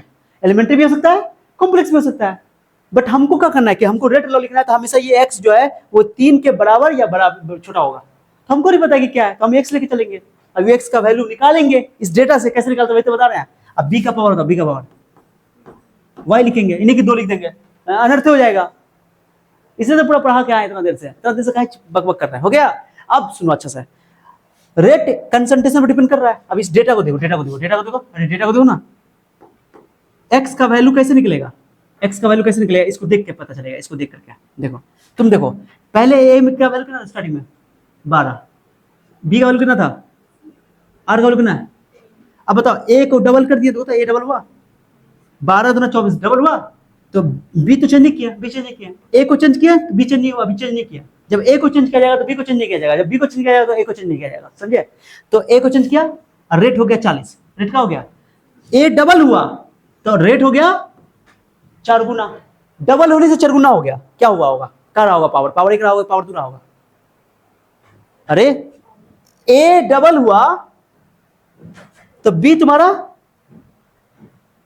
4 गुना हो गया, स्क्वायर रहा होगा, तब तो 2 का स्क्वायर 4, यानी कि ए पे कितना रहा होगा, बताओ ए पे कितना रहा होगा, एक्स वैल्यू कितना रहा होगा 2, गारंटी है 2 रहा होगा, यानी कि यहां पर गारंटी है कि तुमको यहां पे बताओ, यहां पर के ए का पावर कितना रहा होगा 2 रहा होगा, तब तो ए डबल हुआ, ए को डबल कर तो 2 का स्क्वायर कितना 4 गुना हो गया, रेट 4 गुना हो गया, डेटा देख पता चल रहा है, ठीक है। अब चलो अब बी में देखते हैं, बी में कितना पावर, देखो बी का पावर देखो, बी में देखो ए को ए चेंज, ए चेंज नहीं हुआ, ए चेंज नहीं हुआ, तीसरा केस में तो बी देखो डबल हुआ, बी डबल हुआ, जब ए को चेंज किया तो बी को चेंज नहीं किया, बी को चेंज नहीं किया, और जब ए को बी को चेंज कर रहे हैं तो ए चेंज नहीं हुआ, ए चेंज नहीं हुआ, कंफर्म है, तो बी कितना हुआ, बी को डबल किया, बी को तो रेट कितना हो गया 10 के 20 हो गया, तो रेट बी डबल हुआ तो आर भी क्या हो गया डबल, डबल कब होगा, पावर जब 1 रहेगा तो कि ए पावर 1 रहेगा तो ए को तुम डबल करो, बी को डबल की तो आर भी डबल हो गया, तो पावर 1 ही ना होगा, जैसे कि ए को डबल किया तो रेट 4 गुना हो गया, यानी पावर 2 था, लेकिन बी को मैंने डबल किया तो ए डबल ही हुआ, सॉरी आर डबल ही हुआ, रेट जो है वो डबल ही हुआ, यानी पावर 1 रहा होगा। जैसे मान लो हम यहाँ पे ऐसे करते हैं, एक चीज तुमको समझाते हैं, जैसे मान लो मैं तुमको अभी इस क्वेश्चन को थोड़ा और चेंज कर देते हैं, जैसे मैं बोल दूं कि ये 80 हो गया, कितना हो गया जल्दी बताओ, 80 हो गया, लो ये 80 हो गया, लो 80 हो गया, लो 80 हो गया, 8 गुना बढ़ गया, कितना गुना बढ़ गया, तो 8 गुना कब हो गया, बताओ 8 गुना कब हो गया, जब बी डबल हुआ तो ये 8 गुना बढ़ गया, यानी कि 2 का पावर 3 रहा होगा, तो 2 का पावर 3 8 गुना हुआ, यानी पावर 3 होगा बी का। लेकिन अभी जो क्वेश्चन मैंने जो दिया था उसमें क्या दिया था, मैंने बी से दिया था, बी डबल तो आर भी डबल, यानी कि पावर कितना रहा होगा उस पर 1, गारंटी 1 रहा होगा, तो ये समझा रहा हूँ, इसको एक और तरीके से सिखाएंगे, तुम चिंता नहीं करो, अभी मैं तुमको समझाने के लिए ऐसा कर रहा हूँ कि 1 हो गया, गारंटी का ऑर्डर कितना हो गया, ऑर्डर बताओ, ऑर्डर बताओ, ऑर्डर बताओ, ऑर्डर बताओ, 2 प्लस डेटा से पता चला, देखा पता चला, तो ये एक्सपेरिमेंटल डेटा हमको प्रोवाइड कर दिया और हमने क्या कर लिया, ऑर्डर लिख दिया। ये समझ में आया, बोल दो, नहीं समझ आया तो बोल दो दोबारा, अच्छा आप समझ गए तो बता दो, समझ गए, चलो ये 80 है, तो आप बताओ ऑर्डर कितना आ जाएगा, तो बी का पावर कितना चलाओगे, कितना चलाओगे 2 के 3, क्योंकि 8 गुना हो गया, क्योंकि जैसे बी डबल हुआ तो ये 8 गुना बढ़ गया, 80 हो गया, तो 8 गुना 2 का पावर 3 तब ना 8 गुना हुआ, तो 3 चलेगा पावर, ठीक है, समझ में आया। लेकिन अभी तो मैंने सवाल दिया तुमको 20 के लिए, ठीक है। देखो अब हम लोग बात करने वाले रेट कांस्टेंट के बारे में, किसके बारे में बोलो, रेट कांस्टेंट के बारे में, रेट कांस्टेंट एग्जाम में पूछा हुआ है, बहुत इंपॉर्टेंट है ये रेट कांस्टेंट, जिसको कैसे लिखा भी है ना, अभी तुमको डिफाइन कर दिखा दूंगा, सिखा दूंगा क्या क्या होता है रेट कांस्टेंट। इसका एक और नाम है स्पेसिफिक रिएक्शन रेट, क्या नाम इसका, हाँ लिख देंगे अलग से, या वेलोसिटी कांस्टेंट भी बोलते हैं इसको, रेट कांस्टेंट, जिसको कैसे लिखा है, कैसे लिखा ना, बहुत सीधा लिखा हो ना, बहुत सीधा है, अब सही है, ई आर ई टेढ़ा हो गया, अब सही है, बोल दो तो, चलो आ जाओ, रेट कांस्टेंट जिसको कैसे लिखा, क्लियर। अब सुनो, चलो फिर लेट करो, रेट कांस्टेंट क्या होता है ध्यान देना, इधर इसका मीनिंग भी समझेगा, बहुत इंपॉर्टेंट टर्म है ये। पहले रिएक्शन लिखोगे, क्या बताओ, रिएक्शन का लिखोगे ए ई रिएक्शन को तो भर में मत करो, बोलो फिर बी बी, हाँ बी नहीं बोलो, बी थोड़ा पाउस लो बीच में, हाँ मतलब बी बन जाएगी,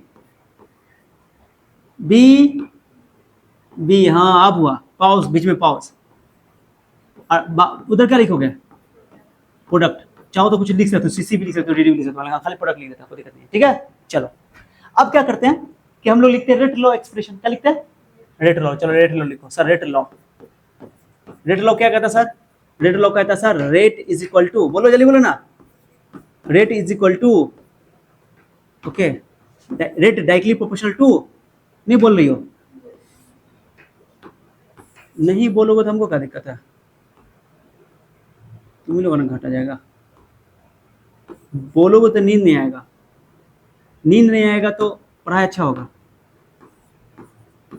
रेट डायरेक्टली प्रोपोर्शनल टू ए का पावर, बोलो क्या लिखेंगे? ए का पावर क्या लिखेंगे? बोलो, जब बोल कर रही हो कंफ्यूजन क्यों, एक्शन लिखना है। और उसका बताओ बी का पावर वाई, इसलिए तो मैंने लिखा क्या है कि ए और बी लिख नहीं सकते हैं। ओके चलो, आइए कंफर्म है कि एक्स का वैल्यू और वाई का वैल्यू जो ए और बी किससे छोटा या बराबर होगा, इसमें क्वेश्चन में लिख दिया। जैसे ही प्रोपोर्शनलिटी साइन को हटाएंगे, जल्दी बोलो, हटाएंगे तो क्या लगाएंगे यहाँ पे? के, ए का पावर एक्स, बी का पावर वाई, हो गया। ये के क्या है? बोलो वेयर के इज रेट कांस्टेंट। ये क्या है? ये रेट कांस्टेंट। अब इस रेट कांस्टेंट को डिफाइन करना है, क्या करना है? कैसे डिफाइन करोगे बताओ? अब इसके बारे में मतलब यार बहुत मेरा से आजकल ट्रेना बहुत लिखा रहा है, क्या हो गया मुझे समझ नहीं आ रहा है कि हम टेढ़े हो गए। अब सही है, आ जाओ, चलो ठीक है, क्लियर है? तो के को कैसे डिफाइन करोगे? के को कैसे डिफाइन करोगे? अगर तुम्हें ए का कॉन्सेंट्रेशन 1 मोलर ले लो, एक बोलते ना कोई नई चीज को डिफाइन करना हो, हम लोग कई जगह पर इसको इस्तेमाल कर चुके हैं। कोई नई चीज को डिफाइन करो तो इसको तुम क्या कर दो, ध्यान दो, इसको 1 बना दो, क्या बना दो? अगर तुम कंसंट्रेशन ए का कंसंट्रेशन 1 ले लोगे, कितना ले लोगे? 1 का पावर कुछ होगा तो 1 नहीं ना होगा, एक्स कुछ भी हो मैटर नहीं करता है। अब बी का भी 1 ले लोगे तो 1 का पावर कुछ होगा तो 1 नहीं ना होगा, पूरा खत्म हो जाएगा, गुना में 1 का कोई वैल्यू है नहीं, तो बचेगा केवल के। अब के किसके बराबर रहेगा? किसके बराबर रहेगा? रेट के बराबर रहेगा। नहीं समझे? तो नई चीज को कभी भी डिफाइन करना हो तो बाकी उसके साथ जो भी सटा हुआ होगा, सटा हुआ उसको हटा दो, हटाने के लिए कितना बनाना पड़ेगा? हो गया। तब देखो देखो देखो देखो देखो देखो देखो देखो देखो, बोलो if concentration of A is 1 molar, 1 molar को ऐसे लिखते हैं 1 एम, मिलियन नहीं है ये, मोलर है, इसको बोलते हैं मोलर या मोल पर लीटर, 1 मोलर। उसके बाद बताओ, और बी का भी कंसंट्रेशन कितना मान लेते हैं बताओ? 1 मोलर। अरे समझे? अब बताओ तब क्या होगा? 1 रखोगे तो क्या होगा बताओ? रेट बराबर, बताओ रेट बराबर के इंटू 1 का पावर एक्स, 1 का पावर वाई, 1 खत्म हो जाएगा तो क्या बचेगा बताओ? जल्दी बताओ, अरे बोलो ना। तो के इज इक्वल टू क्या हो जाएगा? के किसके इक्वल हो जाएगा? रेट के बराबर हो जाएगा, है ना? खत्म हो गया। सर ये क्या है? के क्या है सर? अब बताओ, अब तो बता सकते हो के क्या है sir? Rate of reaction, rate of reaction ना, के रेट ऑफ रिएक्शन है, लेकिन कब? जब ए का कॉन्सेंट्रेशन और बी का कॉन्सेंट्रेशन ना हो 1 मोलर हो। क्योंकि अगर रिएक्टेंट का कॉन्सेंट्रेशन 1 हो जाए, यूनिट हो जाए, यूनिट मतलब 1 होता है, ठीक है, यूनिट हो जाए, तो जो भी उस टाइम में रिएक्शन का रेट होगा उसी को बोलेंगे रेट कांस्टेंट। खत्म। क्या समझ बात? मैंने क्या बोला? क्या बोला? when the concentration of reactant is unity मतलब 1, then the rate of reaction is called rate constant। समझिए? रेट कांस्टेंट का डेफिनेशन समझ में आया? किसी भी रिएक्शन के लिए रेट लॉ एक्सप्रेशन में जब भी रिएक्टेंट का कॉन्सेंट्रेशन 1 रख देंगे तो जो भी रेट आएगा उसी रेट को रेट कांस्टेंट बोलेंगे। रेट कांस्टेंट रेट ही है, रिएक्शन का रेट ही है, लेकिन कब बोलो? जब 1 बनो, यानी कि 1 कर दिया गया, ए और बी का कंसंट्रेशन फिक्स कर दिया गया। अब तुम बताओ, अगर मैं बोलूं कि इस रिएक्शन का रेट कांस्टेंट के है, रेट कांस्टेंट क्या है? के है। अब मैं तुमको बोलूं कि चलो इसका कंसंट्रेशन 2 मोल कर दो, 3 मोल कर दो, तो के ही रहेगा, वो चेंज नहीं होगा, क्योंकि तुमने उसको डिफाइन कर दिया कितना के लिए? 1 के लिए। ओके, तो रेट कांस्टेंट रिएक्टेंट के कंसंट्रेशन पर डिपेंड नहीं करता है, इस बात को भेजा बिठा लो। एक रिएक्शन के लिए रेट कांस्टेंट रहता है, वो डिपेंड करता है मेनली टेम्परेचर पे, बहुत इंपॉर्टेंट, टेम्परेचर डिपेंड करता है, टेम्परेचर से ही चेंज होगा, बाकी किसी चीज से चेंज नहीं होगा। जैसा टेम्परेचर मेन है, एक कैटलिस्ट भी आगे पढ़ेंगे हम लोग, ठीक है, लेकिन मेनली किस पे डिपेंड करता है? वो टेम्परेचर पे। जब तक टेम्परेचर चेंज नहीं करोगे तो रेट कांस्टेंट चेंज होने वाला नहीं है। अच्छा, किसी रिएक्शन का रेट कांस्टेंट जितना ज्यादा होगा, अरे रेट कांस्टेंट जितना ज्यादा होगा तो उसका रेट ज्यादा होगा, रेट कांस्टेंट ज्यादा तो रेट ज्यादा, तो रेट ज्यादा। अगर मान लो हम लोग जो चैप्टर पढ़ने वाले हैं आगे, इस चैप्टर का आगे हिसाब पढ़ेंगे, तो बोले यार रेट निकालो, तो हम रेट ना निकाल के रेट कांस्टेंट निकालेंगे, क्योंकि रेट कांस्टेंट ही तो रेट है। नहीं समझे? तो किसी रिएक्शन का मान लो, तो एक रिएक्शन है, मान लो कि एक रिएक्शन ये है, या एक रिएक्शन इधर है, एक रिएक्शन इधर है, मान लो। अब मान लो इस रिएक्शन का रेट कांस्टेंट जो है वो 5 लाख है, ऐसे रिएक्शन का रेट कांस्टेंट जो उसका 2 लाख है, तो जो फास्ट कौन चलेगा? 5 लाख वाला, मतलब कि उसका रेट बहुत ज्यादा होगा। जिसका रेट कांस्टेंट ज्यादा उसका रेट ज्यादा, स्पीड ज्यादा, फास्ट रिएक्शन चल रहा है। 5 लाख मैंने एक्सेप्शनली बोल दिया, बहुत ज्यादा बोल दिया, बहुत ज्यादा होता है स्पीड, लेकिन फ्री बता दिया मैंने समझाने के लिए कि रेट ज्यादा होगा तो रेट कांस्टेंट ज्यादा होगा, रेट कांस्टेंट ज्यादा होगा तो रेट ज्यादा होगा, खत्म। और रेट कांस्टेंट किसी का रिएक्शन का कम है, समझ जाओ कि उसका वो स्लो रिएक्शन है, तो स्लो रिएक्शन की रेट कांस्टेंट की वैल्यू कम आएगी, और फास्ट रिएक्शन की रेट कांस्टेंट की वैल्यू, क्योंकि रेट कांस्टेंट ही रेट है, समझे?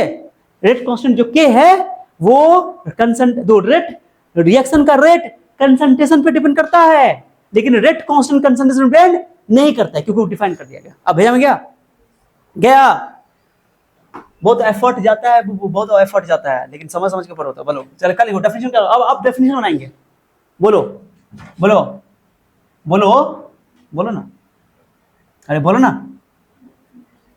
व्हेन द, या लिखो the rate of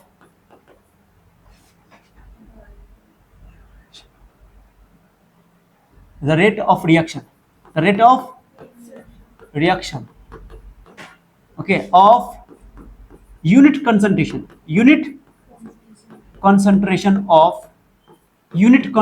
of reactant, the rate of reaction of unit concentration of reactant is called reaction rate, is called rate of reaction, sorry rate constant, is called rate constant। समझ में आया?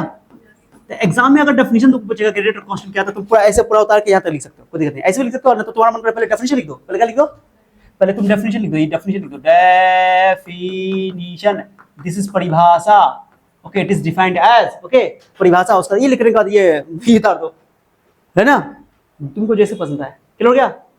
अरे clear, rate constant, समझी?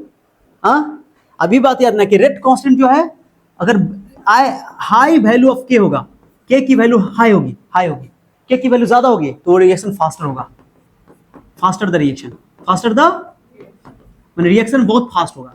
के की value जितनी ज्यादा होगी उसका रेट भी ज्यादा होगा। के की वैल्यू लिखो द वैल्यू ऑफ के, लिखो द वैल्यू ऑफ के, बोलो द वैल्यू ऑफ के does not depend on concentration, बोल नहीं रही हो, does not depend on concentration, depend on concentration, वो कंसंट्रेशन पर डिपेंड नहीं करेगा, नहीं करता है, ओके, समझिए? उसके अलावा तो किस पर डिपेंड कर सकता है सर? द वैल्यू ऑफ के जो है, द वैल्यू ऑफ के, बोलो द वैल्यू ऑफ के, द वैल्यू ऑफ के डिपेंड्स, बोलो डिपेंड्स ऑन, बोलो ऑन टेम्परेचर, सबसे ज्यादा इंपॉर्टेंट है टेम्परेचर, आगे पढ़ेंगे कैटलिस्ट पे भी डिपेंड करता है, टेम्परेचर, कैटलिस्ट, बोलो कैटलिस्ट, खाली टेम्परेचर लिखना, हटाना, अभी कैटलिस्ट के बाद निकलेंगे। ऑन टेम्परेचर, मिली टेम्परेचर बढ़ाने से रेट बढ़ जाता है। ये बात तुम लोग बायोमोलिक्यूल में पढ़े थे कि जनरली जो है टेम्परेचर को 10 डिग्री सेल्सियस बढ़ाने से, 10 डिग्री सेल्सियस बढ़ाने से, आगे हम लोग पढ़ेंगे, भी आगे पढ़ेंगे टेम्परेचर के साथ रेट कांस्टेंट कैसे वेरी करता है, तो एक पढ़ेंगे हम लोग आर्हेनियस थ्योरी, क्या पढ़ेंगे? तो टेम्परेचर बढ़ाने से रेट, रिएक्शन का रेट बढ़ जाता है, ओके, रिएक्शन का रेट लगभग डबल हो जाता है, 2 से 3 टाइम्स, ओके, तो वो हम लोग पढ़ेंगे, चिंता नहीं करो। बट याद ना कि के की वैल्यू कंसंट्रेशन पर डिपेंड, फिर से मैं बोल रहा हूँ, रिएक्शन का जो रेट होता है वो कंसंट्रेशन पर डिपेंड करता है, ये तो पढ़ क्या है, rate law, law of mass action पढ़े ना। बट रिएक्शन का रेट कांस्टेंट किस पे? रिएक्टेंट के कंसंट्रेशन डिपेंड नहीं करेगा, वो कंसंट्रेशन को मतलब नहीं है उसको। भेजा में क्या, क्योंकि तो फिक्स कर दिया ना तुम, 1 मोलर 1 मोलर 1 मोलर, अरे गया बात भेजा में। अब इसका एक और नाम बताओ, एक और नाम लिखो, यहाँ नाम लिखो, मैं यहाँ लिख देता हूँ, क्या लिखूँ, यहाँ लिखूँ इसको, it is also known as rate constant, को हम लोग क्या बोलते हैं? Rate constant is also known as, rate constant is also known as, बोलो आल्सो नोन एज, अब अंग्रेजी थोड़ा सा चेंज कर रहा हूँ, नोन एज कहा जाता है, known as, okay, specific reaction rate, क्या बोलते बोलो?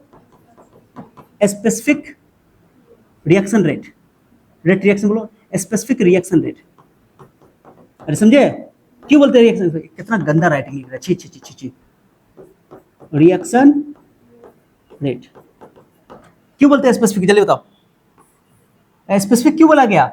जब कंसंट्रेशन उसका 1 हुआ तो ना हो गया, बोले हैं, हाँ, इसको एग्जाम में अगर मान लो नाम में इसलिए दूसरा लिख देते हैं थ्योरी में कि एग्जाम में अगर बोलेगा डिफाइंड रेट कांस्टेंट, तो तुम बल्ले बल्ले करोगे, सर बढ़ा दिए थे। और जैसे तुमको एग्जाम में बोलेगा डिफाइंड स्पेसिफिक रिएक्शन रेट, कुछ पूछ दिया, इसलिए नाम कभी कभी दूसरा हो जाता था, याद रखा करो।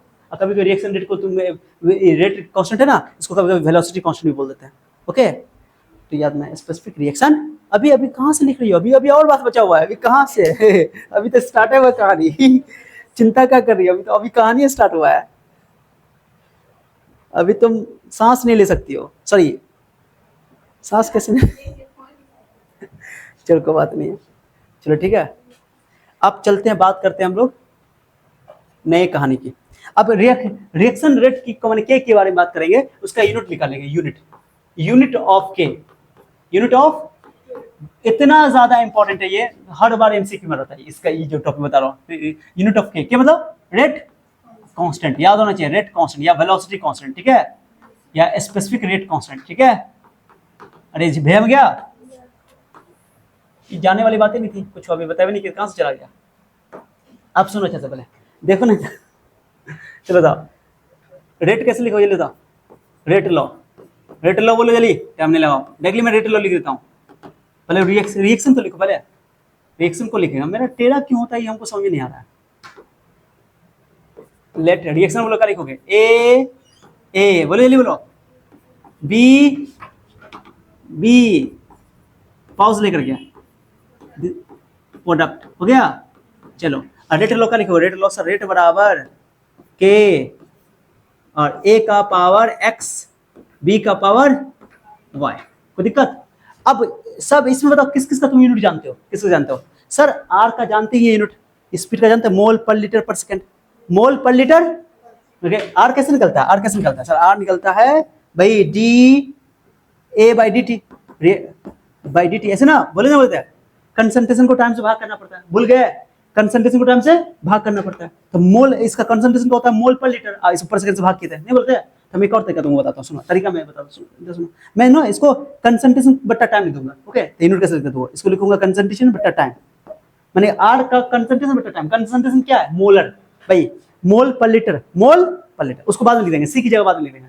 तो मैं सी आर का सी बट्टा टी लिख रहा हूँ, लिख दो सी बट्टा टी, उसके बाद के को रहने दो, और ये तो कंसंट्रेशन है तो लिखेंगे सी का पावर, बोलो बोलो बोलो, अरे बोलो ना, सी का पावर, और ये भी कंसंट्रेशन है, और ये भी कंसंट्रेशन है, ये भी कंसंट्रेशन है, तो क्या लिखोगे बताओ? सी का पावर, अरे मोल पर लीटर ये भी है, मोल पर लीटर ये भी है, चाहे ए हो या बी हो, तो कंसंट्रेशन से मोलरिटी में ही बोलोगे। अब चलो यहां से हमको के को क्या करना है, किसको क्या करना? देखो यहाँ पर तमीज से देखो, तमीज से क्या बदतमीजी करोगे तो पता नहीं चलेगा, क्योंकि सब अच्छा रटता है, इसको तुमको रटने की जरूरत नहीं, पहले निकालना सीखो, तो बात करेंगे। सी बाई टी और ये के, और सी का पावर गुना में पावर जुड़ जाएगा, क्या हो जाएगा? एक्स प्लस, बोलने रही हो, एक्स प्लस वाई को क्या बोलते हैं? ऑर्डर, रिएक्शन का order, order of the reaction n बोलते हैं, एक्स प्लस वाई को क्या बोलते हैं? एन। चलो चलो चलो चलो एक बार फिर से अजनबी बन जाए हम दोनों, सी का पावर एन, सी का पावर। अब इसको बट्टा में डाल दो, के को अकेला करना है, के को अकेला करो, बोलने रही हो, बोलो क्या है? के को अकेला कर दो। मेरा के कितना गंदा है बताओ, के कितना गंदा है, एन कितना गंदा है, देखो तो एन कितना गंदा है। अब सही है, चलो इसको के को अकेला करो, के को अकेला करो, के बराबर ऊपर सी है और नीचे टी है, और सी का पावर एन, सही है। ये सी बट्टा में डाल दिया है, टी से गुना करके, समझे? ये बट्टा में डाल दिया और के, ओके हो गया। ऐसे ऊपर जाओ, ऊपर ले जाओ, ऊपर ले जाओ, ऊपर ले जाओ, तो सी का पावर यहाँ 1 है और ऊपर जाएगा सी का पावर क्या हो जाएगा? -n हो जाएगा बट्टा, ठीक, ये नीचे से ऊपर जाता -n हो जाता है, नीचे है ना, ऊपर जाता -n हो गया। अब गुना में पावर जुड़ता है तो 1 में से n घटा दो, तो इनको C1 माइनस, बोलने रही हो, सी के बराबर, के बराबर बताओ, के बराबर, ये बराबर नहीं लिखो, बराबर लिखना जरूरी नहीं, यूनिट है, चलो कोई दिक्कत नहीं, चलेगा। सी का पावर 1 माइनस n बट्टा टी, हो गया? अरे सही है, तो बोलो ना, खत्म, आप सवाल बन गया साहब। अब सी की जगह लिख दो मोल पर लीटर, मोल पर लीटर बस लिखो, चलो हो गया। सी की जगह लिखो, अब बताओ, ये फॉर्मूला तुम याद रख लो, मुझे तो किसी भी मैंने किसी भी ऑर्डर का तुमको रेट लिखना होगा। अभी इसलिए लिखा गया, इससे पता चल गया कि जो के की यूनिट है, के की यूनिट है वो एन पे डिपेंड करेगा, किस पे डिपेंड करेगा? n पे डिपेंड करेगा। माने जीरो ऑर्डर के लिए k की यूनिट अलग होगी, फर्स्ट ऑर्डर के लिए अलग होगी, सेकेंड ऑर्डर के लिए माने अलग अलग ऑर्डर ऑफ रिएक्शन के लिए उसका यूनिट अलग होगा। यूनिट जैसे बताओ, मैं तुम बोलो रिएक्शन का रेट का स्पीड क्या होता है, सॉरी रेट ऑफ रिएक्शन का यूनिट क्या होता है, तो बोलो मोल पर लीटर पर सेकंड, सबके लिए सेम रहेगा, उससे ऑर्डर को कोई फर्क नहीं पड़ता है। लेकिन मैं बोलो यूनिट बताओ इसका के का, रेट कांस्टेंट का, तो रेट कांस्टेंट की यूनिट अलग अलग ऑर्डर के लिए अलग अलग IQ पर डिपेंड करेगा। अब यहाँ सी की जगह लिखो, सी की जगह लिखो, बताओ सी की जगह लिखोगे, बताओ सी को लिखोगे मोल, बोलो बोलो मोल पर लीटर और उसका होल पावर 1 माइनस n। अब बट्टा में कितना, बताओ बताओ बताओ। अभी थोड़ा देर पहले सर बोले थे कि नहीं बोलते हैं कि हम सी को हटा करके हम वहां पे क्या लिख देंगे, बताओ चलो बताओ। मोल पर लीटर और उसका होल पावर, बोलो नहीं, बोल क्यों नहीं हो, 1 माइनस बट्टा टी बराबर हो गया। टिक की जगह टाइम ले लो, टाइम मतलब सेकेंड, घंटा, मिनट, कुछ भी चलेगा। अब चलो अब करते हैं, पहले क्या करते हैं, जीरो के लिए, चलो जीरो ऑर्डर के लिए, जीरो ऑर्डर के लिए n की मान जीरो, जीरो रख दो, जीरो रखो यहाँ पे, जीरो जीरो रखो ना, तो जीरो ऑर्डर का रिएक्शन क्या होगा, ये बताओ, जीरो रखो तो 1 में से जीरो क्या बचेगा, 1 बचेगा। अब 1 लिखे तो क्या होगा, मोल पर लीटर और टाइम की जगह पर सेकंड कर देता है, तो दिक्कत, अरे समझे, ये टाइम नीचे है ना, तो n की जगह जीरो, तो 1 में से जीरो क्या, तो 1, तो 1 दिखाने की जरूरत है नहीं, तो ये मोल पर लीटर, टाइम नीचे, तो टाइम को लिखा पर सेकंड, कोई दिक्कत नहीं, पर मिनट भी लिख सकते हो। जीरो ऑर्डर का रिएक्शन का यूनिट हो गया ये जीरो ऑर्डर रिएक्शन का, जीरो ऑर्डर रिएक्शन का, कुछ समझिए, जीरो ऑर्डर रिएक्शन का के का यूनिट क्या हो गया, के का यूनिट मोल पर लीटर पर सेकंड। चलो अब चलो n की वैल्यू 1 रखो, 1 मतलब फर्स्ट ऑर्डर, 1 मतलब रखो 1 रखो, n की जगह 1 रखो, तो 1 में से 1 क्या कितना बचेगा, 0। अरे 1 में से 1 क्या कितना बचेगा, 0। अरे 0 किसी भी नंबर का पावर होता है तो क्या हो जाता है, 1। अरे यार यहाँ तुम 1 में से 1 गया तो 0 चाहिए, 0 चाहिए, 0, अब इसका पावर 0 हो जाएगा, तो पूरा क्या हो जाएगा, खत्म। जानते हो किसी भी नंबर का पावर 0 कितना होता है, 1, जानते हो ना। तो n की जगह तुम 1 रख दोगे तो खत्म हो गया, नहीं बोल रही हो, तो ये तो पूरा 1 हो गया, ये पूरा क्या हो गया, 1 हो गया। अब 1 बटा टी, 1 बटा टी मतलब केवल क्या बचेगा, नहीं बोल रही भाई, छी छी छी, अरे n की जगह तुम सोचो ना, n की जगह तुम यहीं रख दो, n की जगह 1 रखो, तो 1 में से 1 क्या, 0, c का पावर 0 कितना होगा, 1। अब 1 बटा टी बचा, और टी को सेकंड में लिख दिए, तो 1 पर सेकंड हो गया, पर सेकंड, मैंने फर्स्ट ऑर्डर रिएक्शन का यूनिट क्या हो गया, पर सेकंड, उसमें मोल नहीं आ रहा है, पर सेकंड खाली, समझी। और ये कौन ऑर्डर रिएक्शन होता है, कौन order reaction, first order reaction, समझे ना बात को। और n की वैल्यू 2 रखो, 2 रखो, 2 रखो, 2 रखो, 2 रखो, बोल नहीं रही हो, तुझे, चलो n का वैल्यू 2 रखो, 2 रखो, 2 रखो, बोलो बोलो 2 रखो, नहीं 2 रखो, 1 में से 2 गया तो 1 में से 2 गया तो -1, हाँ। और -1 जैसे जैसे यहाँ 1 आया था, 1 में देखते हो ऐसे उतार देते हैं, -1 का मतलब अंदर गुना होगा पावर, तो पावर इतने, ये प्लस है तो माइनस हो जाएगा, ये माइनस है तो बोलो मोल का पावर हो जाएगा -1, और ये L है तो +1 हो जाएगा, क्या माइनस प्लस हो जाएगा ना, ओके। और टाइम तो पर सेकंड रहेगा, इसमें अंतर देखो, इसमें देखो ये मोल पर लीटर था क्योंकि पावर 1 आया था, तो ये उसी में खाली ये जो ये प्लस है ये माइनस है, ये अब यहाँ माइनस हो गया है, ये प्लस पर सेकंड तो करेगा, पर सेकंड तीनों में, ये हो गया तुम्हारा कौन ऑर्डर का रिएक्शन का, जल्दी बोलो, सेकंड ऑर्डर का के का यूनिट हो गया, के का यूनिट। थर्ड ऑर्डर बोल देगा तो n की जगह 3 रख दोगे, नहीं समझे, n की जगह 3 रखो तो -2 बचेगा, -2 रखो तो ये m का पावर -2 हो जाएगा, l का पावर 2 हो जाएगा, पर सेकंड हो जाएगा। बोले 4 ऑर्डर के लिए निकालो, तो n का जगह 4 रख दो तो -3 हो जाएगा, -3 तो m का पावर -3, l का पावर +3, t पर सेकंड रहेगा। कुछ समझ आ रहा है, किसी भी ऑर्डर का तुम यूनिट लिख सकते हो इस फॉर्मूला से, इसे डबल पैक किया है, समझे। ये तीनों तो याद हो जाना ही चाहिए, तीनों याद हो जाना चाहिए, जानते हो क्यों, पूछो क्यों, अरे पूछो क्यों। क्वेश्चन ऐसे आता है कि एग्जाम में क्वेश्चन दे देगा, बोले के का वैल्यू दे देगा, बोले बताओ कौन ऑर्डर का रिएक्शन, तो पहचानो, जैसे क्वेश्चन देता हूं, एग्जांपल दे रहा हूं ऐसे। अब बोलेगा कि एक कोई रिएक्शन है, ठीक है, और उसका के का वैल्यू दिया हुआ है, के का वैल्यू दिया हुआ है, ध्यान के की वैल्यू दी हुई है 1.3 10 का पावर -5, ओके, और दिया हुआ है पर सेकंड।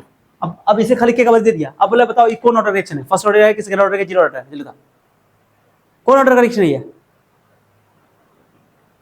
तो यूनिट याद आएगा तो अब देखो यूनिट, देखो पर सेकंड किसका होता है, फर्स्ट ऑर्डर, तो के का यूनिट देख करके, के की वैल्यू का यूनिट पर सेकंड दिया, यानी कि कौन ऑर्डर रिएक्शन है, जल्दी बताओ कौन ऑर्डर है, फर्स्ट ऑर्डर रिएक्शन है। ऑर्डर पूछ देगा, माने के की वैल्यू दे करके ऑर्डर पूछ देगा, जा ड्रामा सर ऑर्डर 1 है इसका तो यूनिट याद आएगा तो एक चीज समझो, मैं तुमको जब याद करा देता हूं, जीरो ऑर्डर रिएक्शन के लिए के की यूनिट वही होती है जो रेट की यूनिट होती है।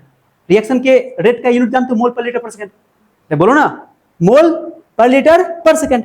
तो मोल पर लीटर पर सेकंड, तो रिएक्शन का यूनिट जानते हो, स्टार्टिंग में पढ़ाया था, ये पढ़ाया था। क्या करोगे तुम, कभी जो बादल बरसे, कभी कभी तो मेरे मन में ख्याल आता है, लो ये लो लो लो, लो मोल पर लीटर पर सेकंड है ना। तो रिएक्शन के रेट का यूनिट होता है मोल पर लीटर पर सेकंड, और जीरो ऑर्डर के लिए भी होगा भाई मोल पर लीटर पर सेकंड, और दो ऑर्डर में क्या करना है, इसको उल्टा कर देना, मोल पर प्लस वन है ना, अभी पावर कुछ नहीं तो वन है, तो ये माइनस कर देना, ये माइनस है तो पर सेकंड तो रहेगा हर जगह, ठीक है। और बस खाली फर्स्ट ऑर्डर में खाली पर सेकंड आता है, बस फर्स्ट ऑर्डर का पर सेकंड होता है, ठीक है। क्या होता है भैया में गया। अब चलो, अब बताओ, अब तो बता दो, अब बता दो, जब कोई बात बिगड़ जाए, जब कोई मुश्किल पड़ जाए, तुम देना साथ मेरा ओ हम नवा। बताओ इसका ऑर्डर बताओ, ऑर्डर बताओ, ऑर्डर बताओ। हाँ गजब, कमाल कर दी, पर मोल लीटर पर सेकंड है ना, उल्टा। अब बताओ चलो, के की वैल्यू मैं देता हूँ 3.2 10 का पावर 4, ओके। अब मैंने दे दिया तुमको मोल, मोल पर लीटर पर सेकंड, इसका ऑर्डर बताओ, ऑर्डर बताओ, बोलो। जीरो ऑर्डर रिएक्शन है, ओके ओके। क्यों सर, मोल पर लीटर पर सेकंड रेट ऑफ रिएक्शन के बराबर ही आ गया, आप समझाया। लेकिन अक्सर क्वेश्चन तो एमसीक्यू में ये पूछा है, ये वाला, ओके। और हम लोग को ये दो पढ़ना है, zero order first order detail से, ओके, सेकंड ऑर्डर भी नहीं पढ़ना है, ये दो पढ़ना है डिटेल से। लेकिन तुमको एग्जाम में पूछ देगा, बोलेगा तीन ऑर्डर रिएक्शन का के का यूनिट बताओ, के का यूनिट, तो इसमें एन की जगह रख दोगे, यहाँ पे एन की जगह तीन रख दो, निकाल लोगे, समझे बात को। चार ऑर्डर का पूछे, चार ऑर्डर का निकाल लोगे, क्लियर हो गया। तो याद ना, रिएक्शन के रेट का इस कॉन्स्टेंट ये यूनिट जो है सेम होता है, मोल पर लीटर पर सेकंड, चाहे कोई भी ऑर्डर के लिए हो। लेकिन के का यूनिट, के का यूनिट किसके लिए कहां नहीं हो रहा है, यूनिट ऑफ के, रेट कांस्टेंट की यूनिट अलग अलग ऑर्डर ऑफ रिएक्शन के लिए अलग अलग होती है। इतना लिखिए आप लोग, क्या अभी ऑर्डर को अभी इसके बाद ऑर्डर को फिर डिफाइन करेंगे। ऑर्डर हम लोग पढ़ चुके हैं ऑर्डर क्या होता है, बट ऑर्डर को डिफाइन करेंगे। क्या करेंगे, करना 1 2 3 4 5 6 7 8 9,